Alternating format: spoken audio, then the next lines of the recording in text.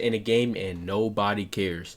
You know, I don't like the hate that Bam has been getting. I think I already spoke on this, but it's because people are just jealous that he's the one to do it and not them. And he also surpassed their favorite player of all time, Kobe. So, you know, all the players are just hating on this guy. I mean, I just think it's corny. You feel what I'm saying? I think it's very corny to hate on someone scoring 83 points, whether they had a lot of free throws or not. It doesn't really matter. You know, why can't you just congratulate the guy on getting 83 points? I just don't understand it. Like, who cares how he got it, bro? He got it. Like, it takes skill to get it. Like, you can't score 83 points, bro. The best scorer of all time, which the NBA media swears it's Kevin Durant, he's never scored 83 points, bro. He's never scored 83 points. He's never scored 80. I don't think he's ever scored 70. He's probably had 60, but he's never even scored 70, bro. Like, it takes skill.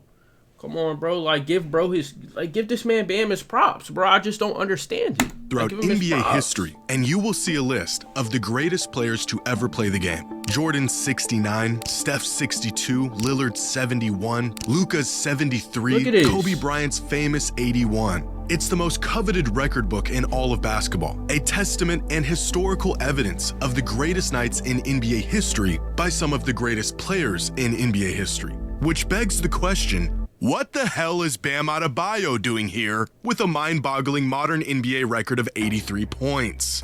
Well, this, my friends, is the result of quite possibly the most egregious case. Can we at least, I would at least want to see a picture of the game when Wilt scored 100 points. Like, at least a picture.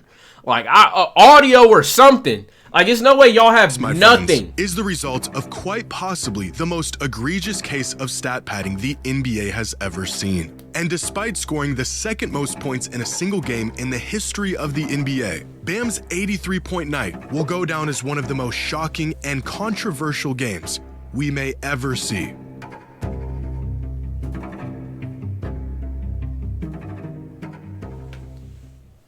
Today's video is sponsored by Arena Club. If you grew up collecting toys, packed down deep, or pulled out of for the card base, you can instant this one back going to a.com. On Tuesday night, in a game featuring the Washington Wizards and the Miami Heat, 16 and 47, the Wizards are that bad? Left in the fourth quarter, the Heat were up 146 to 119. By all conceivable measures, this game was a blowout. It's over. But with that being the case, why is Drew Smith attempting a full court heave while his team is up nearly 30 points on a piss-poor Wizards team? Well, he's not. He's trying to get the ball to Bam Adebayo, who is being double-teamed 50 feet away from the ball because he has 79 points and absolutely no intention of subbing out of this game. At this point, the only way Bam is going to add to his historic total will be at the free throw line, because Washington is now guarding him with their entire roster. And what started as a normal basketball game has now become a full-blown circus act. But it didn't start this way. He's getting triple teamed.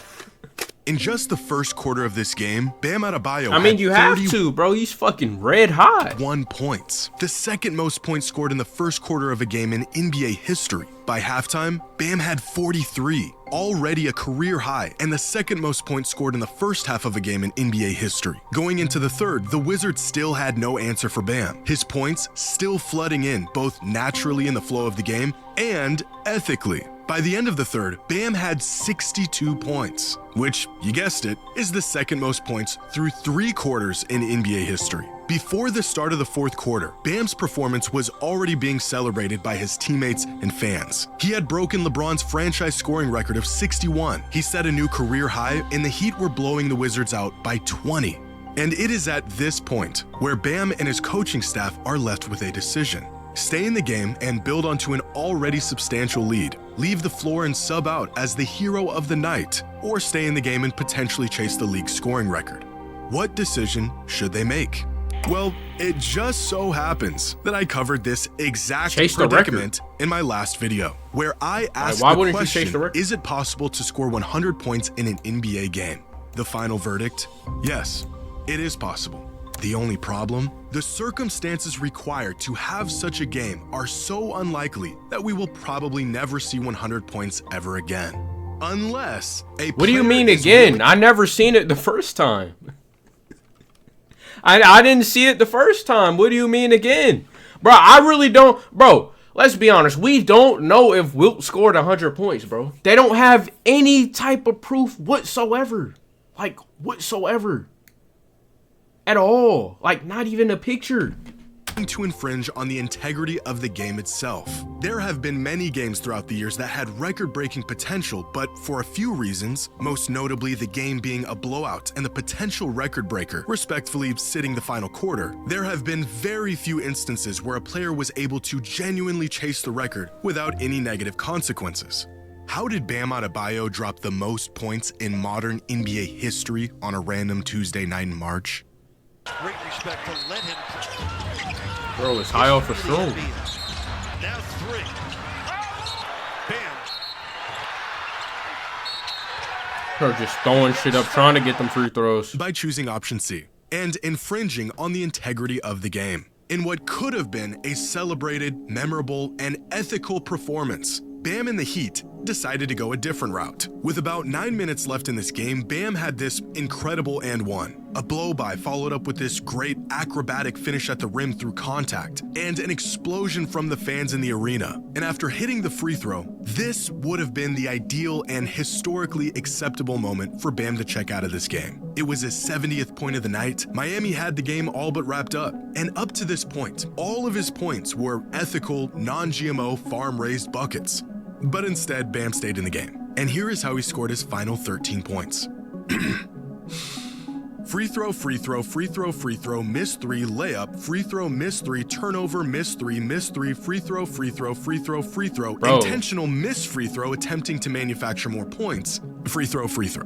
Bye-bye Kobe, hello Bam. In what is now being called the most unethical game of basketball the league has ever seen, the Miami Heat spent the final 7 minutes of this game executing every conceivable tactic to manufacture more points for Bam Adebayo. Chucking up unnecessary threes, intentionally fouling the Wizards to get possession, even going as far as intentionally missing a free throw to try to get the ball back to Bam. And as a result, they are quickly discovering why Kobe's modern scoring record stood for so long and why no one can seem to match it despite a number of players getting close. Because, wait, I actually already said this a week ago, let me find the clip real quick. 100 points in a single game is possible, but the circumstances required to have such a game, to justify one player taking that many shots and doing so without infringing on the integrity of the game, is so narrow that we may never see it happen again. Ah, that's right. The fallout for unapologetically chasing out. Yeah. This is truly a definitive and timeless paradox of big performances. Historic nights like this have become less about can a player pull it off and more about do the circumstances require a player to pull it off, in which case the circumstances virtually never do. This performance from Bam is not only proof of that, but it is evidence of what we all have known to be the truth. There are many players around the league right now who could go for 80, 90, maybe even 100 points on the right night. If they set their mind to it, if them and their team game plan for I don't it, think if anybody's it is their scoring sole 100 focus for points. 48 minutes, if the Washington Wizards are on their schedule. But even attempting something like this would require a player to break the unwritten rules of basketball. And that clearly isn't worth the backlash of possibly pulling it off. It isn't worth it. So what were the fruits of Bam's labor? The second most points in a single game in NBA history. The most Hey, bro, free I throw say it's attempts- worth it for Bam, bro. I say it's worth it. I say it's worth it. He's forever going to be talked about. He's forever going to be talked about now. I say it's worth it. in a single game in NBA history. By far, the most free throws made in a game in NBA history, and the fifth most three-pointers attempted in a game. Oh, and he also broke the record for the most criticism He might- received by a single He honestly might even make the Hall of Fame because of this. He might make it. I say it's worth it, bro. player in one game. Now, if we ignore all context and what it took to get there, according to the game score metric, which takes all the good things a player does in the box score minus all the bad things and spits out a number that attempts to reflect the impact a player had on a game, Bam had statistically the sixth best game in NBA history, which is Donovan Mitchell, Okay, they got Embiid up there. Yeah, Embiid had an insane game last year. Holy shit. Well, 2024, not last year. Kobe, obviously, we already know. Luke, yeah, we already know. That's my boy. And then they got MJ at the one. Fortunate that it will not be remembered as such. 1990. In my last video, I used this chart to display the greatest scoring nights in NBA history and the pace these players were on to reach their final totals. For example, here's Luka's 73, here's Booker's 70, Lillard's 71, here's Kobe's 81, and here is Bam's 83. Through 3 quarters, he was tied for the second most points all time going into the fourth. In fact, that and one bucket in the fourth quarter that I mentioned earlier is right here. All of his buckets leading up to this point were non-forced ethical buckets within the flow of the game. Bam Adebayo was playing out of his mind, better than anyone ever has in modern NBA history. He was all for Shroom before all of these shameless scoring tactics were deployed. The stat padding that spurred all of this outrage took place here in the final 9 minutes of the game. All of this is now invalid because of this. A week ago, I said the methods the Warriors used to get Wilt to 100 were outrageous and would never be used in the modern NBA. 7 days later, we're watching a center get triple teamed 94 feet out while up 25 with no admissible reason for him still being on the court. I now stand corrected. But I don't think these final minute tactics are worth discrediting this entire performance. 83 points is 83 points. Regardless of how you go about getting them, you Center still have to go out and get them. full The court. irony of this whole thing It is sounds that so I've seen funny, a lot of comments but Bam about is not how a this regular game center, was proof though. for some fans that Wilt Chamberlain actually did score 100 back in 1962, despite there being no video evidence. If Bam can get to 83, Wilt Chamberlain could and definitely did get to 100. Which there's already a laundry list of proof from that game. I don't know why this would be the determining factor. But if Bam's game is being ridiculed and dismissed, even if the criticism is justified, then so should the mythical 100-point scoring record. Because the way that Bam got his points is the exact method Wilt used to get his. Like, literally, bar for bar. During the final minutes of Heat Wizards, Keyshawn Johnson intentionally missed a free throw in hopes that the Heat would get the rebound to get it back to Bam. This is exactly what the Warriors did for Okay, so they got articles on the 100-point game then. Official box score notes that Warrior Joe Ruklick missed 2 free throws after the break. Ruklick said he planned to miss the second free throw in hopes that Chamberlain might rebound and get 102 points. Okay.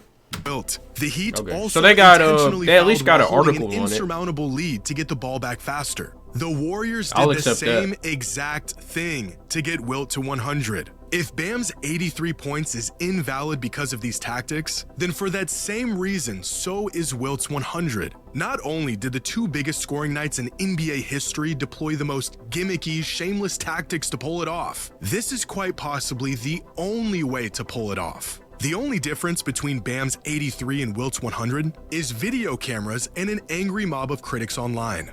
Now, to be completely honest, I was thrilled to finally see a coach allow his player to chase a record and have himself a night that most players could only dream of. You want to know how many games I've watched that were spoiled by an early sub? A player being punished for giving that too much. That Melo shit should have been a crime. The Carmelo Anthony sub, that should have been a crime. Honestly.